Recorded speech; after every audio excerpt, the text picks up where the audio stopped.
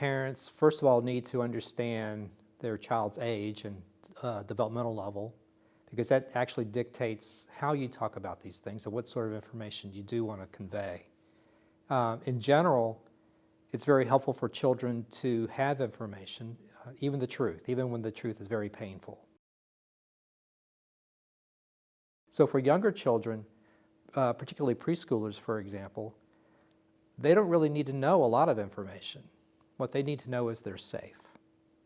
And they also pick up on a lot of cues from their parents, and so the parents need to be very mindful about how they're processing the information.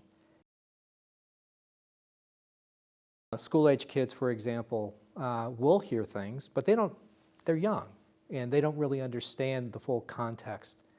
And so by having information, accurate information, basic information, it actually can allay a lot of their fears. Sometimes the imagination is much worse than the actual event. So giving those kids information, again, you don't have to go into detail.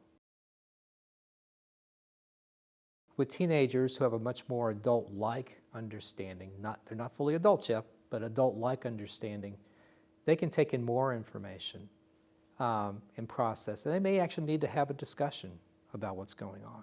So the first thing is just to give good information that your child can use.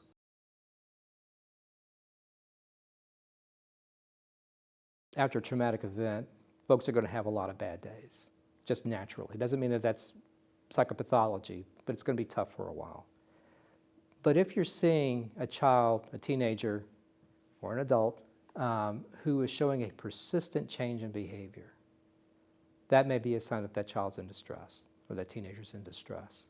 Certainly, if they're engaging in any behavior that is harmful to themselves or others, making suicidal statements, homicidal statements, actually engaging in self-injury, that's an immediate cry for help, and they need to be seen. Your pediatrician's always your first line of defense. That's the person who is going to know your child the best. You have the best long-term relationship.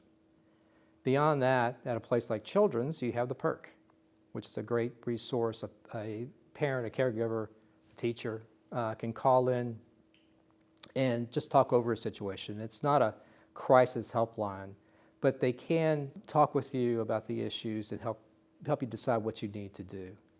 If there's any concern that a child is at immediate or imminent risk to themselves or others, then a trip to the ED is vitally important.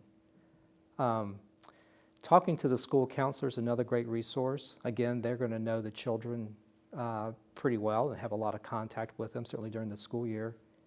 And that's a great first line of defense. And if you have access to a mental health professional, certainly that's a person you can talk to.